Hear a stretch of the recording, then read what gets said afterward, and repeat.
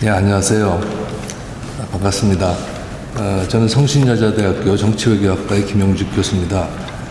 오늘 이렇게 귀한 자리 또 경동교회에서 이렇게 뜻깊게 102년 3.1 운동 우리가 기념하면서 같이 우리 3.1 운동에 대해서 생각을 해보겠습니다. 저는 오늘 제가 이제 준비하는 과정에서 제가 무엇보다도 3.1 운동에서 한성정부에 대한 얘기를 좀 많이 해야 되겠다 오늘 그렇게 생각을 하고 왔습니다. 그래서 한성정부 3.1 운동 때 이제 만들어진 가장 중요한 임시정부가 이제 한성정부인데 의외로 많은 사람들이 지금 여기 대해서 정확한 지금 지식이 없는 경우가 많습니다. 왜냐하면 책이 많이 이렇게 나오지 않고 또 역사학에서 그것을 연구한 학자들이 많지가 않습니다. 또 자료도 이제 많이 있지 않습니다. 그래서 제가 한성정부를 중심으로 말씀을 드리고요.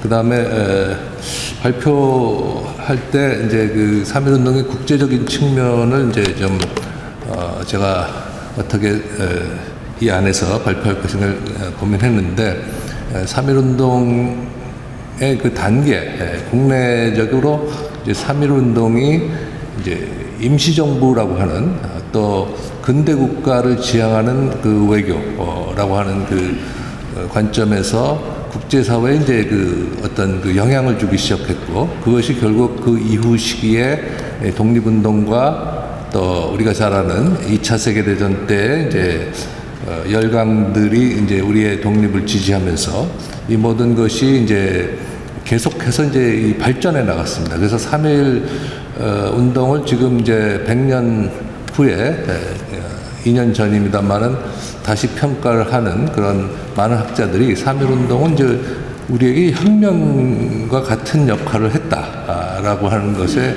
동의를 하고 그것은 이제 결국은 1948년에 다시 이제 근대국가, 또 국민국가 대한민국을 수립하게 된 원동력이 또 그 출발점이 이제 3.1 운동이었기 때문에 3.1 운동은 단순히 국내의 어떤 그 종교인들의 어떤 그런 33인의 운동이 아니라 그것이 이제 국가를 만드는 거대한 운동으로 또 세계사 안에서 그것이 이제 제대로 인정을 받아서 대한민국이라고 하는 나라가 공화주의 혁명을 통해서 이제 탄생한 게 아닌가 이렇게 많은 학자들이 연구를 하고 또 저도 그렇게 생각을 합니다. 그래서 그런 점에서 저는 이제 오늘 제목에서처럼 민족운동과 공화주의 혁명 두 가지의 성격이 정확하게 지적될 필요가 있겠다 생각을 해서 PPT 자료를 좀 준비를 했습니다.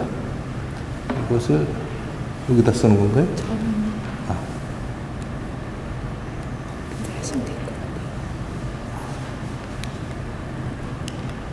네.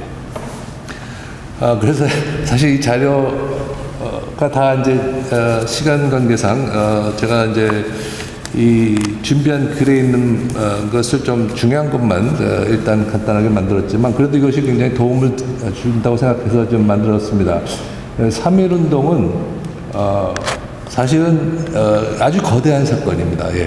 각 나라마다 그 나라 근대 국가를 만드는 거대한 사건들을 대개 혁명이라고 부르는데 예를 들면 영국이 17세기에 명예혁명을 경험을 했습니다. 근데 그 명예혁명은 그야말로 17세기 전체를 대표하는 혁명이고 그렇지만 그 이후에 100년 후에 프랑스 혁명에 비해서 볼 때는 좀 부족한 점이 있습니다. 그래서 이제 프랑스 혁명을 놓고서 영국 혁명에 대한 다시 이제 논쟁이 이제 영국 안에서도 나중에 논쟁이 생기고 그랬습니다. 어쨌든 그래서 우리나라의 3.1 운동도 아주 거대한 사건이기 때문에 그 안에는 운동적 요소 그 다음에 혁명적 요소가 두 가지가 다 내재되어 있다 말씀드릴 수가 있습니다. 그래서 이제 이해하기 위해서 참고로 보면 이게 빨간 이게 좀 작은데요.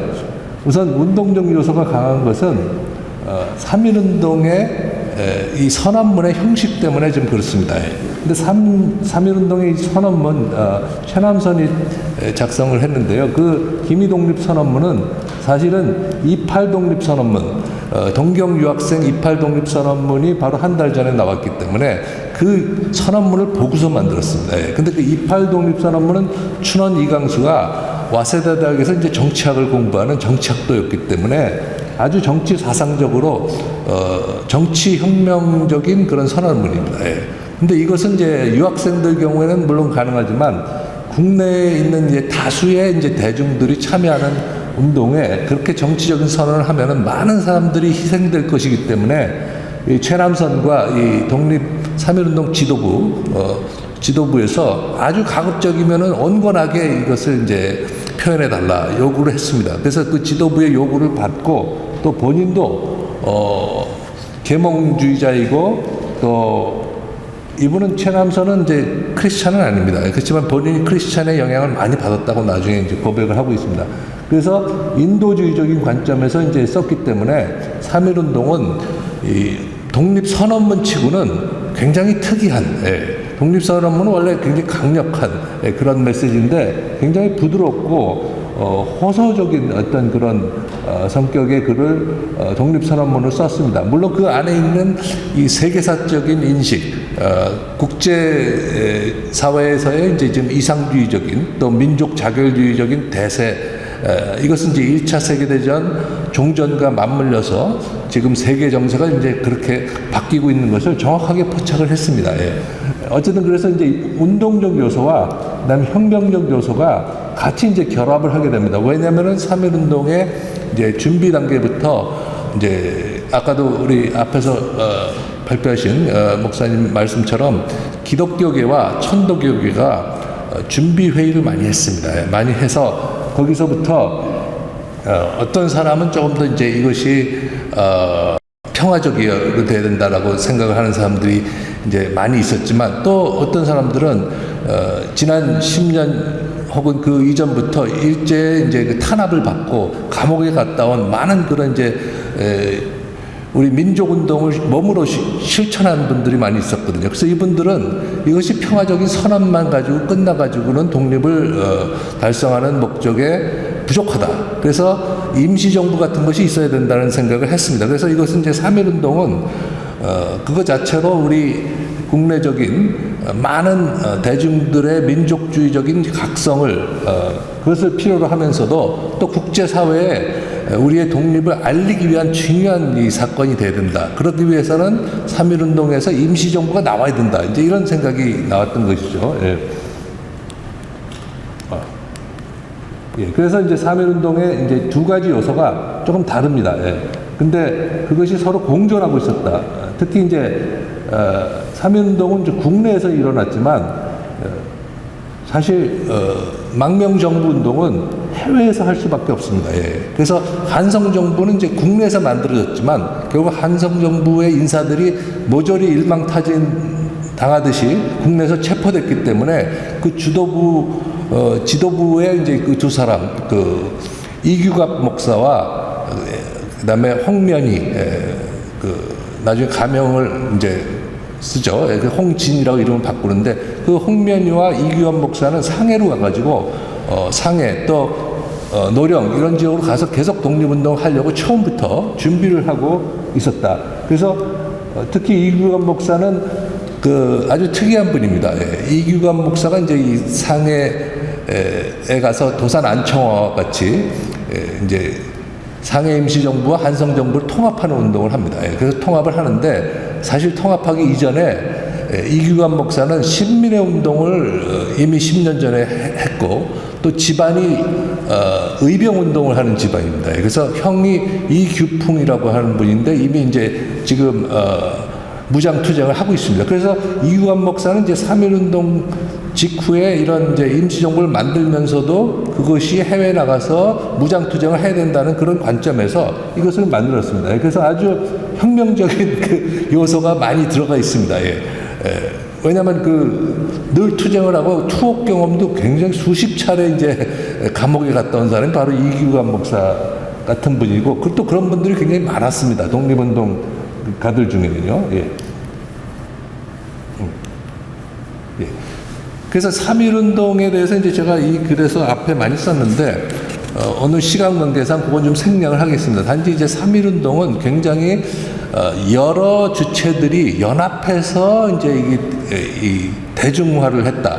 근데 물론 지도부는 이제 기독교와 천도교계가 양대 지도부이지만은 거기에 이제 대중화할 때 가장 중요한 사람들이 이제 청년들이고 이제 학생들이기 때문에 학생단을 잘 조직을 했고 사전 단계에서부터 이제 그 선언문을 전국에 배포하는 배포만까지도 만들었기 때문에 3.1운동이 굉장히 성공적이었습니다.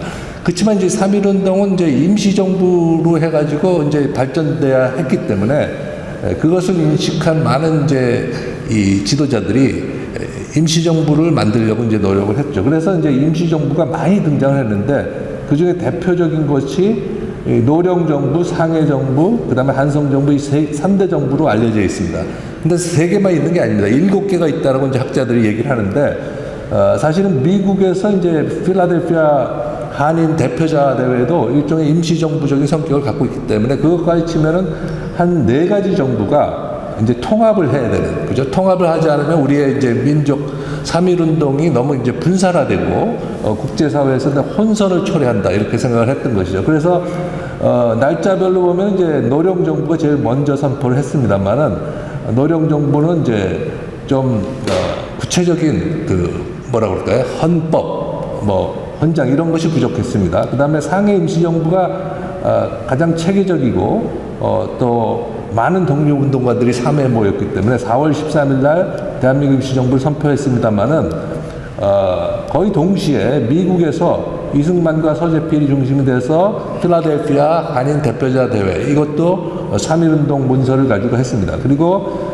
열흘 후에 국내에서 4월 23일 국민대회를 통해 가지고 13도 대표들이 이제 선언한 한성 정부가 이제 등장을 했습니다. 그래서 이렇게 거의 동시다발적으로 한국 독립운동가들이 이렇게 이제 임시정부를 선포한 것은 이들이 국제정세를 잘 알고 있었기 때문에 임시정부가 반드시 필요하다라고 하는 생각을 했던 것이죠. 예. 어쨌든 이것을 1919년 9월에 통합을 했습니다. 통합을 했는데 통합이 한 번에 되는 것은 아닙니다. 왜냐하면 통합 과정이 있기 때문에. 그래서 통합이 적어도 한 6개월 정도 이제 진행이 되는데, 그때 3대 거두, 3대 이 정부의 거두인 이승만, 안창호, 이동희가 통합 정부의 또 이제 주축을 이제 형성을 합니다. 그래서 그 이후에도 이 3대 거두 사이에 이제 민족운동을 놓고 서로 경쟁과 갈등이 없었던 건 아닙니다. 다른 나라의 독립운동도 마찬가지입니다만은.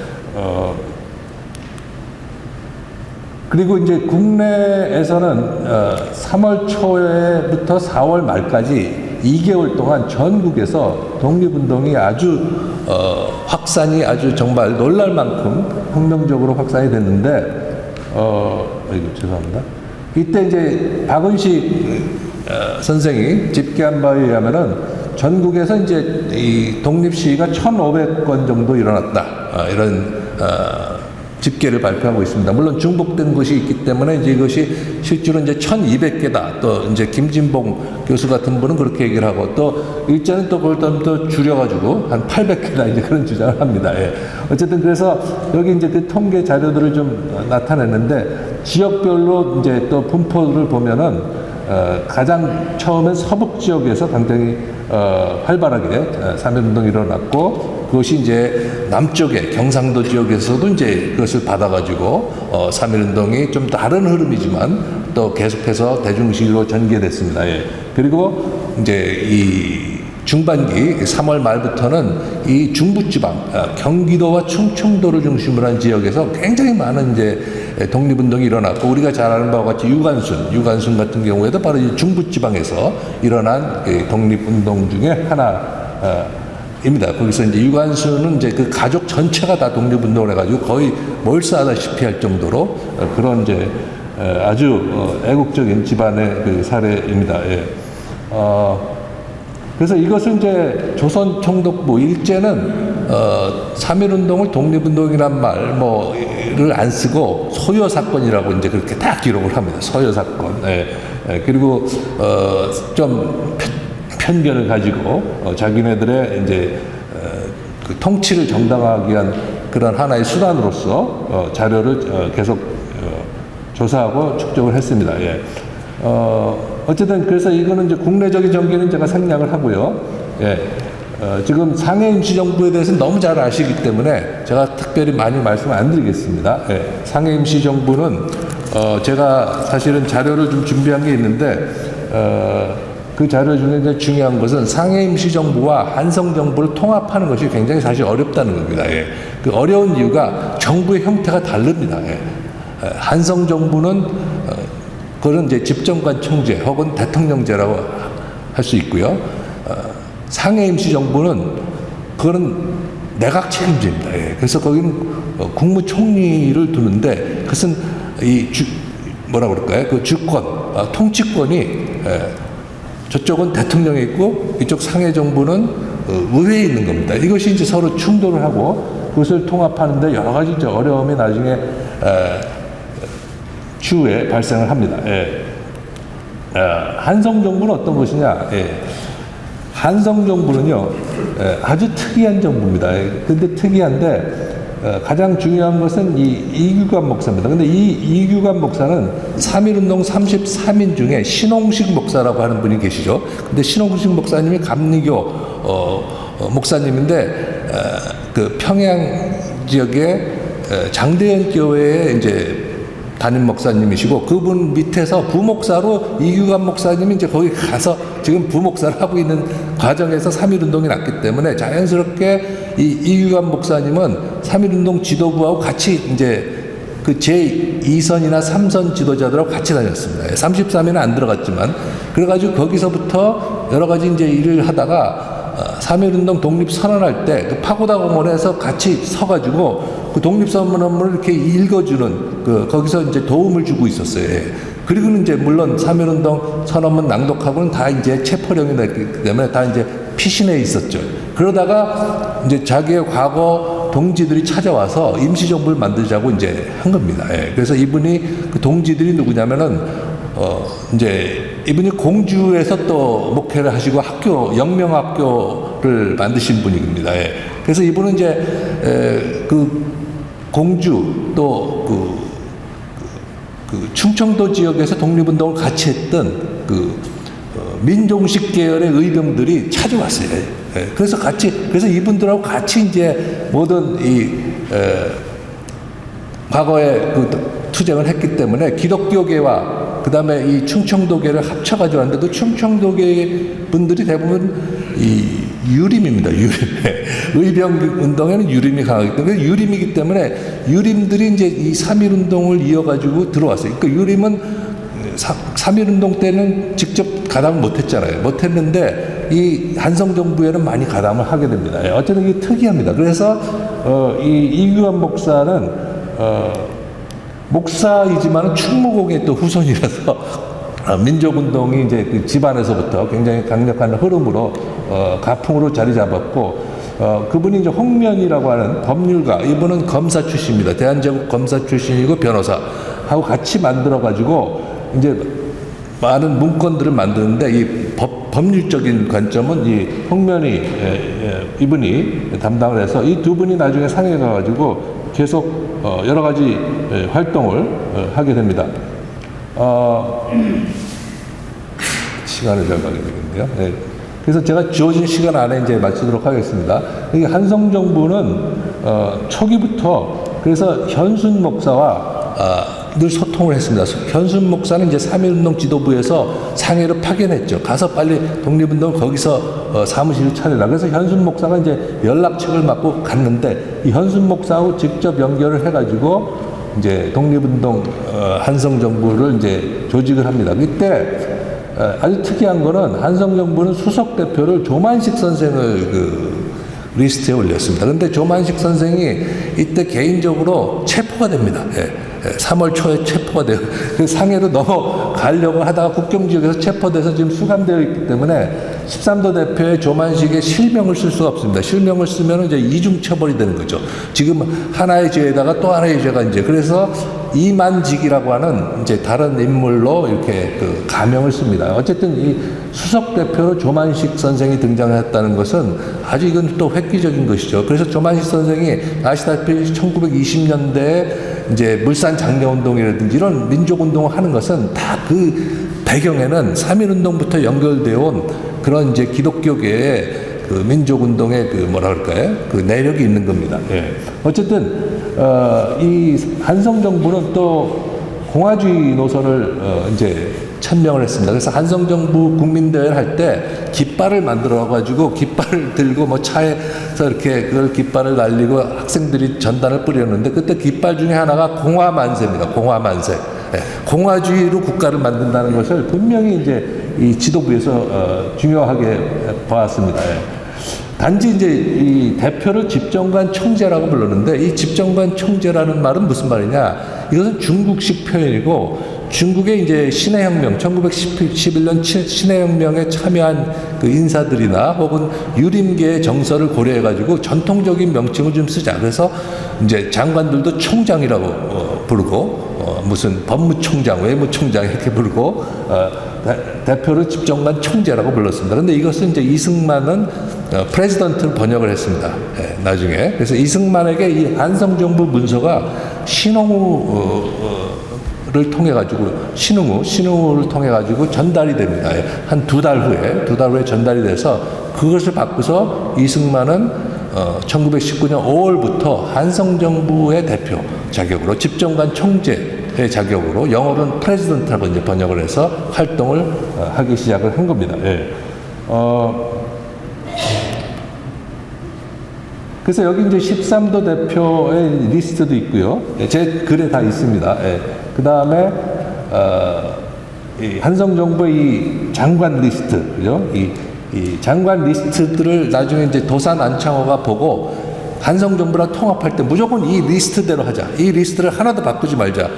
그래가지고 이 리스트에 도산 안창호가 노동국 총판으로 돼 있는데 사실은 도산 안창호는 수석 국무위원이어야 되는데 그 상해 정부에서는 수석 국무위원인데 여기서는 제일 끝에 있잖아요. 그래서 도산 안창호가 이제 사실은 더 중요한 일을 맡아야 되는데 본인이 이걸 고집해가지고 본인이 맨 끝으로 들어가셨어요. 예. 그래서 그 이후에 이제 약간 문제가 생깁니다. 예. 도산 안창호의 위상이 좀 격화되는 바람에 이 주도권을 좀 발휘하기 좀 힘들어지는 문제도 있습니다. 어쨌든 이런 것이 다 한성정부를 중요시했기 때문에 발생을 했습니다. 예.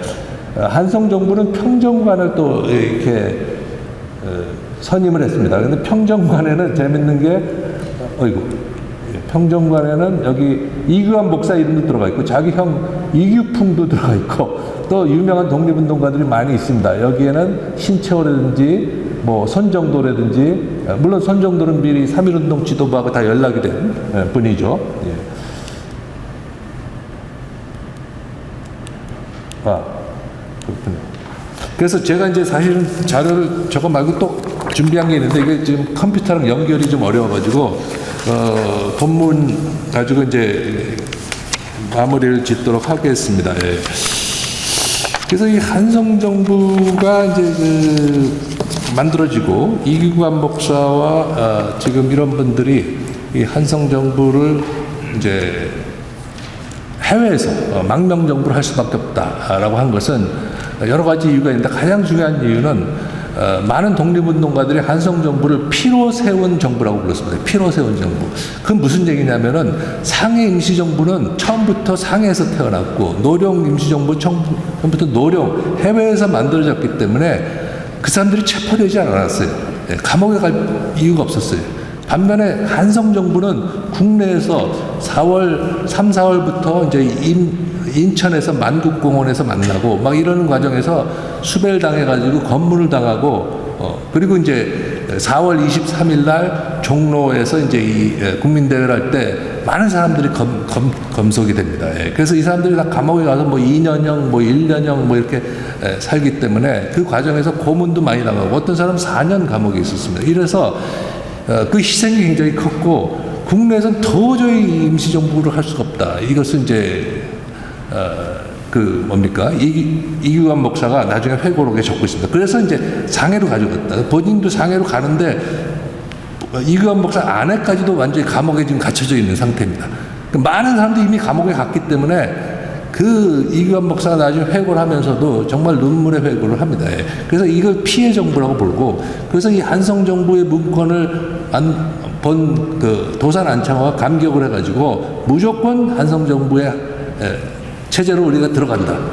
그래서 이제 이동희에게 이제 편지를 보내고 사람을 보내가지고 통합을 하니까 이동희가 노력해서 상해로 오는 겁니다. 통합하려. 근데 그 통합의 목적은 한성정부하고 통합을 하는 겁니다. 한성정부. 근데 이동희도 그 동의라고, 그 독립운동가들이 다 동의를 했어요. 다 동의를 한 이유는 이것이 국제사회에서 그 망명정부가 되기 위해서는 국내 세력하고 연계가 되어야 된다는 것이죠. 그렇죠? 국내 주권, 국내 지지, 그리고 무장투쟁, 이게 연결이 되는 그런 요소가 있기 때문에 국제법적인 그 요소들이죠. 그래서 해외에서 그냥 망명가들끼리 자기네들끼리 만들어가지고는 안 된다는 거예요. 그걸 알았기 때문에 상해 임시정부에 그 수십 명, 뭐 100명이 넘는 많은 독립운동가들이 있었지만 한성정부만 하지 못하다는 거예요. 그래서 한성정부에 이제 맞췄고, 그 이후에 이 한성정부의 그 법통을 독립운동의 최고 법통으로 독립운동가들이 다 인정을 합니다. 그래서 그것을 이제 이현희 선생이라든지 많은 독립운동사가들이 한성정부의 자료를 발굴해가지고 이제 재평가를 해왔습니다. 그래서 이승만은 1919년 한 5월 전후부터 3.1운동을 3.1혁명이라고 불렀어요. 물론 상해에 있는 사람들도 모이면 다 혁명이라고 불렀어요. 그리고 이것은 이제 공화주의 혁명이라고 불렀습니다. 왜냐하면 공화주의는 아까 말씀드린 영국 혁명부터 시작해가지고요, 그죠? 영국 명예혁명부터 시작해서 프랑스 혁명, 미국 혁명, 다 공화주의 혁명입니다. 세계에서 근대 국가가 등장하는 가장 중요한 정치 사상이 공화주의이기 때문에 그 공화주의와 기독교 사상과 민족주의가 결합을 하는 겁니다.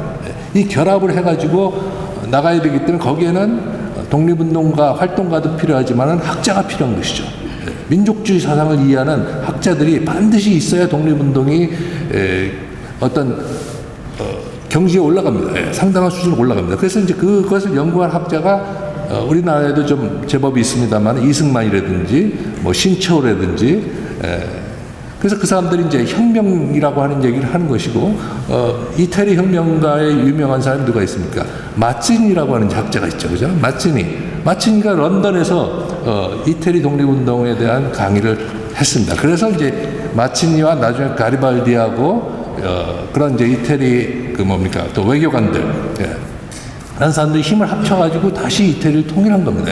거기는 정치 사상이 또 대중운동이 서로 같이 결합을 해서 이제 국제사회의 어떤 그 동맹이나 우방과 같이 거대한 이제 국가 건설에 들어가는 겁니다. 거기는 전쟁이라고 하는 것이 또 동반되고 수반되는 겁니다. 그래서 우리나라가 3.1운동이 이제 모든 것의 출발점이었고, 3.1운동을 기획하는 단계에서부터 그런 것을 이미 꿈꾸기 시작했다는 것은 우리가 기미독립선언문을 자세히 뜯어보면 거기서부터 이제 알 수가 있고요. 그 백그라운드에는 지금 얘기한 대로 한성정부나 상해정부의 많은 또 문서들이 있습니다. 그래서 이런 것들을 우리 학자들이 100년 후에 다시 재평가를 해가지고 지금 우리의 3.1운동을 국제적으로는 3.1혁명으로 이렇게 정립했다고 볼 수가 있겠습니다. 오늘 그럼 짧은 시간에 이렇게 제 발표를 마치겠습니다. 감사합니다.